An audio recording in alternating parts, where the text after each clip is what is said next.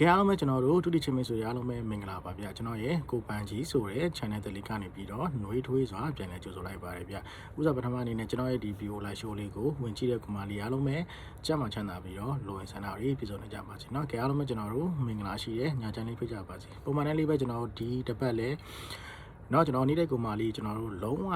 share ပဲเนาะကျွန်တော်နေ့တိုင်းကိုတီတီမီမီရဟလားဒီနေ့ဆိုလဲကျွန်တော်တို့နှစ်သီးစားပေါ့เนาะကျွန်တော်ပေးထားတဲ့3.5ခုကိုတစ်လျှောက်ရှင်းနဲ့ကတ်တဲ့ထဲမှာကျွန်တော်တို့မနက်က80ဆိုပြီးတော့ကျွန်တော်တို့ရမယ်ပြီးတော့ကျွန်တော်တို့ပတ်တဲ့လူတွေပေါ့เนาะပတ်တဲ့လူတွေဆိုကျွန်တော်နေ့တိုင်းတီတီမီမီရမယ်เนาะအဲ့တော့ကျွန်တော်တို့နှစ်သီးစားပြီးတော့ဘယ်သူရှိအောင်မလဲဆိုရင်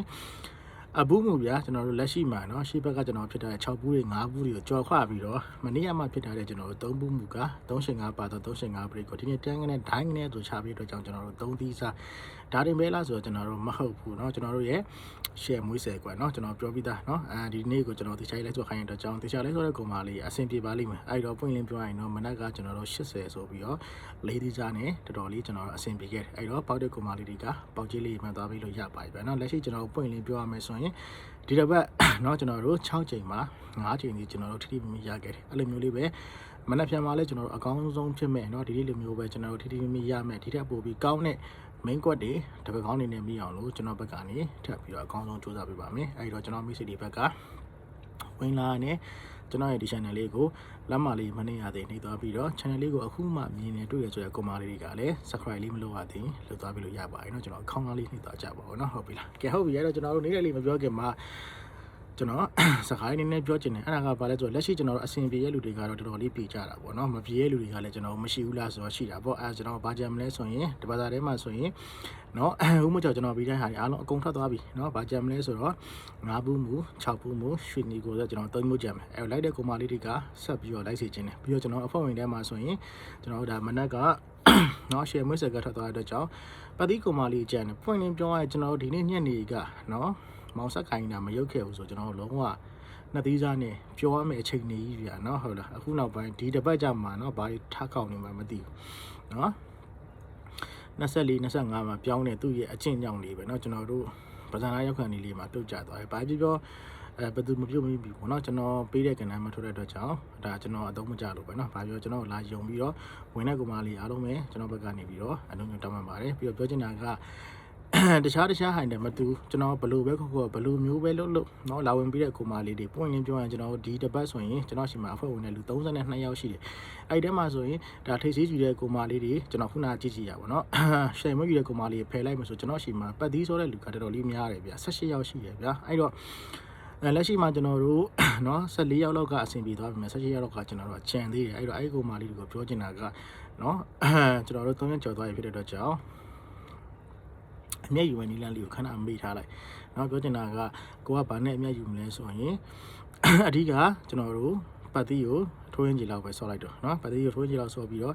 main ကွက်เนาะဟလာ main ကွက်လေးကိုကျွန်တော်တို့ဒါအမျက်လေးယူမဲ့ဟာလေးကိုတင်ဆော့ပြီเนาะအဲ့လိုမျိုးလေးဆော့ရင်တော့အဆင်ပြေပါလိမ့်မယ်ပြီးတော့ကျွန်တော်ပြောတဲ့ခရီးတိုင်းလေးပဲเนาะတကယ်လို့မှကျွန်တော်ပေးဟာလေးเนาะမတော်တဆချွတ်ချော်သွားရင်လည်းကျွန်တော်ဘက်ကနေတောင်းဝန်ယူမှုတောင်းဝန်ခံမှုအပြည့်နဲ့ပြန်အောင်ပြပါမယ်เนาะပြောပြီးသားပါကျွန်တော်ဆိုတဲ့ကိုပန်ကြီးဟာစကားနဲ့အပြောနဲ့လုံးဝတည်အောင်လို့နေပါတယ်เนาะပြီးတော့ကျွန်တော်ပြောချင်တာကကျွန်တော်ရှိမှာ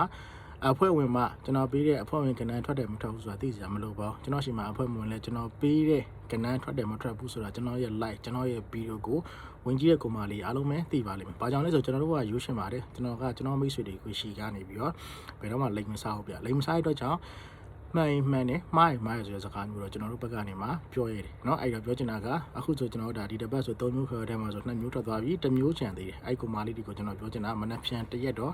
ဆက်ပြီးတော့ဆော့ရချင်ပါတယ်ခုနကပြောထားတဲ့နေတိုင်းလေးပဲဆော့ပါအဆင်ပြေပါလိမ့်မယ်ဗျာเนาะပွင့်เนาะဒီနေ့ညနေတောင်မှဗျာเนาะလိုက်ကြည့်တဲ့ကောင်မလေးဆိုသိပါလိမ့်မယ်ပေါ့เนาะဟုတ်လားကျွန်တော်တို့ပြောနေရနှစ်သီးစားနဲ့လုံးဝ share ပဲပေါ့เนาะဟုတ်လားဒါပေမဲ့အဲ့လိုပေါ့เนาะဘယ်လိုပြောရမလဲเนาะစက္ကန့်ကလေးကိုယ့်လက်ထဲမှာမရှိတော့လေเนาะအများကြီးတော့ပြောလို့မရဒါပေမဲ့မနက်ဖြန်တော့ကျွန်တော်လာပါလိမ့်မယ်ဗျာเนาะဟုတ်ပြီလားအဲ့တော့မနက်ဖြန်တရက်ကိုတော့ကျွန်တော်ပြောသလိုမျိုးလေးเนาะထိုးရင်းချီလောက်ပဲဆော့เนาะဘာလို့လဲဆိုတော့ကျွန်တော်တို့ဒုတိယကအပတ်တိုင်းရှိတယ်အဲ့တော့ဒီတစ်ပတ်ထဲပဲเนาะ overview ဆော့စရာမလိုဘူးเนาะဒါခဏကျွန်တော်ပြောတဲ့အတိုင်းလေးပဲเนาะဟုတ်ပြီလားကဲဟုတ်ပြီအဲ့တော့ကျွန်တော်ပြောရမယ့်ဟာလေးပြီးသွားပြီဆိုတော့ကျွန်တော်မနက်ဖြန်เนาะ မနက်ဖြန်ကျွန်တော်တို့16ရက်9လ2026တဲ့သွားမယ်နေတဲ့လီရောเนาะနေတဲ့သမားလေးတွေကတော့ဒီတစ်ပတ်ကလည်းကျွန်တော်တို့ရှေ့တစ်ပတ်ကလိုမျိုးပဲလုံးဝအဆင်ပြေတယ်เนาะပို့ပြီးတော့အဆင်ပြေရကရှေ့တစ်ပတ်ကကျွန်တော်က12ခွက်ပေးတယ်ဒီတစ်ခွက်ကျွန်တော်ဒီတစ်ပတ်ကကျွန်တော်10ခွက်ပြောင်းပေးတယ်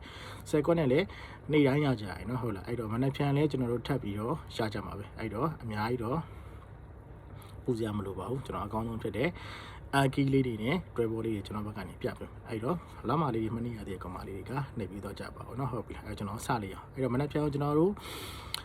16ရက်9လ2026ကျွန်တော်တို့ဂျာတာမီအတွက်ကျွန်တော်တို့နေကုန်းစာမှာဆောက်ရမယ်ကျွန်တော်တို့အနည်းဆုံးတစ်ချိန်တိမယ်ကီးရပါလဲဆိုရင်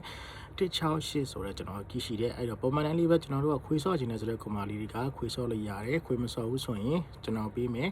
တွဲဘောလေးနဲ့ဆော့ကြည့်လို့ရတယ်ဗျအဲ့တော့စောင်းတဲ့ပုံမှန်လေးတွေမယူရသေးတဲ့ကောင်မလေးတွေကသွားပြီးတော့ယူပြီးတော့မှတ်လို့ရပါပြီเนาะဟုတ်ပြီလားစောင်းတဲ့ပုံမှန်မရှိတဲ့ကောင်မလေးတွေကတော့အစင်းမြင်မှဆိုရင်ကွန်မန်လေးတွေမှာမှန်သွားစေချင်ပါတယ်ဗျเนาะဟုတ်ပြီလာ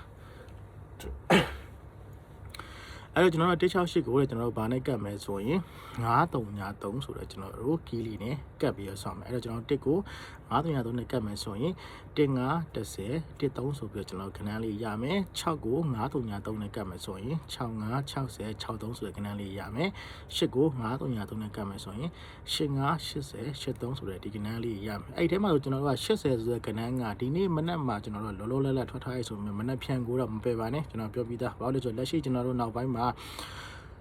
ပွဲရင်းပြန်ကြနေရလဲပြန်ကြနေတာဖြစ်တဲ့အတွက်ကြောင့်เนาะဖြစ်နိုင်မယ်ဆိုရင်เนาะမပယ်နဲ့เนาะဟုတ်ပြီကျွန်တော်လည်းလိုအပ်လို့ထည့်ပေးထားတာအဲ့တော့ idea ကနေမှကျွန်တော်ဒါပုံမှန်လေးပဲဒီကိုကွက်ထီကနေမှအကောင်းဆုံးဖြစ်နိုင်မယ်အကြိုက်ဆုံးဖြစ်နိုင်မယ်မနေ့ဖြန်ထွက်ဖို့ရခိုင်လုံးများမယ်မိုင်း3ခွက်ကိုချပြမယ်အဲ့တော့ကျွန်တော်ပထမဆုံး1နဲ့ပတ်သက်ရင်10ဆိုတဲ့ကဏ္ဍရှိမယ်6နဲ့ပတ်သက်ရင်တော့65 8နဲ့ပတ်သက်ရင်တော့85ဆိုတဲ့ဒီကဏ္ဍ3ခွက်ဒီ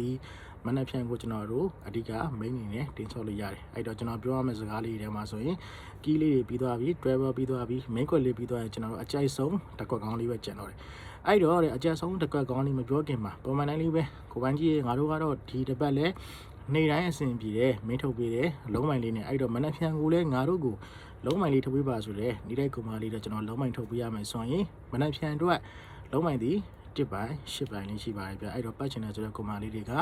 1ပိုင်း8ပိုင်းလေးကနေမှကိုကြိုက်တဲ့ကဏ္ဍလေးကိုတင်ပြီးတော့ပတ်လို့ရပါတယ်အဲ့တော့လုံးမိုင်လေးပြောပြီးသွားပြီဆိုတော့အကြိုက်ဆုံးတစ်ခွက်ကောင်းလေးပဲကျွန်တော်ချန်တော့တယ်ပေါ့နော်အဲ့တော့ပြောချင်တာဒီကျွန်တော်တို့တစ်ခွက်ကောင်းလေးမှာမပေးခင်မှာเนาะအpointကုမာလေးတွေကမနက်ဖြန်တရက်ကိုတော့เนาะဒါပတ်သီးဆော်တဲ့ကုမာလေးတွေကိုကျွန်တော်ခုနကလည်းလိုက်စားခံဒီမှာလေးပြောပေးထားတယ်ထပ်ပြီးတော့ကျွန်တော်တို့မသိလိုက်မှာဆိုတော့ကျွန်တော်ဒီမှာလေးတစ်ချက်ထပ်ပြီးတော့ပြောပြမယ်เนาะမနက်ဖြန်တရက်ကိုတော့ထိုးရင်းချီလောက်နဲ့ main ခွက်လေးတွေကို share ပြင်းလေးတွေကိုဒါတင်ခွက်အနေနဲ့ဘယ်လိုပြောရမလဲတင်ဆော့တဲ့သဘောမျိုးနဲ့ဆော့ပြီးတော့เนาะဆော့သိချင်ပါတယ်ဗျာเนาะโอเคဟုတ်ပြီအဲ့တော့ပြောမှလေးပြီးသွားဆိုအကြိုက်ဆုံးတစ်ခွက်ကောင်းလေးကျွေးမယ်เนาะတစ်ခွက်ကောင်းနေ main ခွက်တွေကတော့ကိုလှင်းရင်လှင်းတယ်လို့မျိုးထဲဆော့နိုင်တယ်ဆိုတော့ကိုမာလေးရထဲဆော့အဆင်ပြေပါလိမ့်မယ်မနေ့ပြန်ကျွန်တော်တို့အကြိုက်ဆုံးတစ်ခွက်ကောင်းဒီ10ပိုင်းเนาะကျွန်တော်10ထိတ်နဲ့1ပိတ်နဲ့ကျွန်တော်10ဆိုတဲ့တစ်ခွက်ကောင်းရှိရပါတော့အဓိကကျွန်တော်10ပိုင်းနဲ့10ဆိုတဲ့တစ်ခွက်ကောင်းလေးကျွန်တော်ဘက်ကနေရွေးပေးထားတယ်အဲ့တော့အကြိုက်တူရဆိုတော့ကိုမာလေးတွေကကျန်တဲ့ငန်းမကြိုက်တော့မှဒီတစ်ခွက်လေးတော့ထဲဆော့စေချင်ပါတယ်ဗျာเนาะကြိုက်ကြိုက်မကြိုက်ကြိုက်ပေါ့ကျန်တဲ့ဟာကတော့ကျွန်တော်မိတ်ဆွေတွေသဘောเนาะဒီတစ်ခွက်ကတော့မဖြစ်မနေလေးထဲဆော့ပေးဗျာတစ်ခွက်ဆိုတော့ကျွန်တော်အိုင်မှเนาะနှစ်ခွက်ပဲရှိတယ်အဲ့တော့မိုင်းရတဲ့ဆိုတော့ကိုမာလေးတွေကမနှက်ဖြန်ကို10ဆိုတဲ့ကဏ္ဍလေးဆော့လေးရလက်ရှိကျွန်တော်ဒီနေ့ဆိုလဲเนาะကျွန်တော်အရင်ကပြောတဲ့အတိုင်းလေးပဲဟဲ့လားကျွန်တော်ပြည့်ရတဲ့ခွက်ကောင်းဒီပုံစံမျိုးမျိုးနဲ့ထွက်တယ်ကျွန်တော်ရွေးပေးလိုက်တဲ့ကပါဝါ3.5ဆိုပြီးရွေးပေးလိုက်တယ်เนาะသူကလည်းပါဝါ1.6ဆိုပြီးထွက်တယ်အဲ့တော့မနေ့ကကျွန်တော်ရွေးပြီးတဲ့နှစ်ခက်ကလည်းဘယ်လိုလာမလဲတော့မသိဘူးဒါပေမဲ့ကျွန်တော်ကတော့တဲလာမယ်လို့ထင်တယ်မလိုင်းတော့မှเนาะကျွန်တော်ခုရွေးပေးထားတဲ့ဒီကနန်း10ခွက်ထဲကနေမှဒီနေ့လေးမျိုးပဲကျွန်တော်ထိထိမိမိတစ်ချိန်တော့ထည့်ရမယ်လို့ထင်ပါတယ်ဗျเนาะဟုတ်ပြီလားအဲ့တော့အကြိုက်တူတဲ့ကိုမာလေးတွေက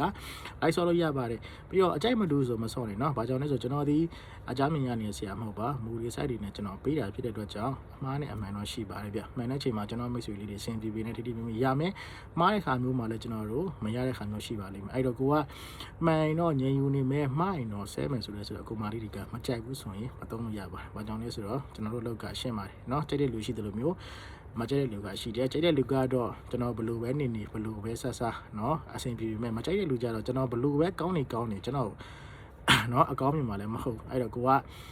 တို့ကတော့ကိုပန်ကြီးကိုမကြိုက်ဘူးဆိုတော့ကိုမလေးတွေကတော့ မထိုးလို့ရတာပေါ့နော်ငါတို့ကကိုပိုင်ကြီးကိုအားပေးတယ်ကိုပိုင်ကြီးနဲ့ကန်ဆက်တယ်ဆိုတော့ကွန်မာလေးတွေကတော့ကျွန်တော်ပေးရကဏ္ဍလေးတွေကိုယူသုံးပြီးတော့အဆင်ပြေမယ်ဆိုရင်ကွန်မန့်လေးတွေမှာကိုကြိုက်တဲ့ဟာလေးတွေဒါမှမဟုတ်ငါတို့ဒီနေ့ပေါက်တယ်ပေါက်ကြီးလေးတွေနဲ့ငါတို့ကတော့ကိုပိုင်ကြီးကိုပေးကြော်မယ်ဆိုတော့ကွန်မာလေးတွေကလည်းပေါက်ကြီးလေးမှန်သွားလို့ရပါတယ်ဒါမှမဟုတ်လည်းမဲ့စရာမရှိချင်ကျွန်တော်တို့အဆင်ပြေတဲ့ဟာလေးမင်္ဂလာပါလေးပဲဖြစ်ဖြစ်โอเคပါလေးပဲဖြစ်ဖြစ်ကြိုက်တဲ့ဟာလေးမှန်သွားပြီလို့ရပါတယ်ဗျာနော်ကြအားလုံးပဲကျွန်တော်တို့မင်္ဂလာရှိတယ်ညချမ်းလေးပြကြပါစေမနေ့ဖြန်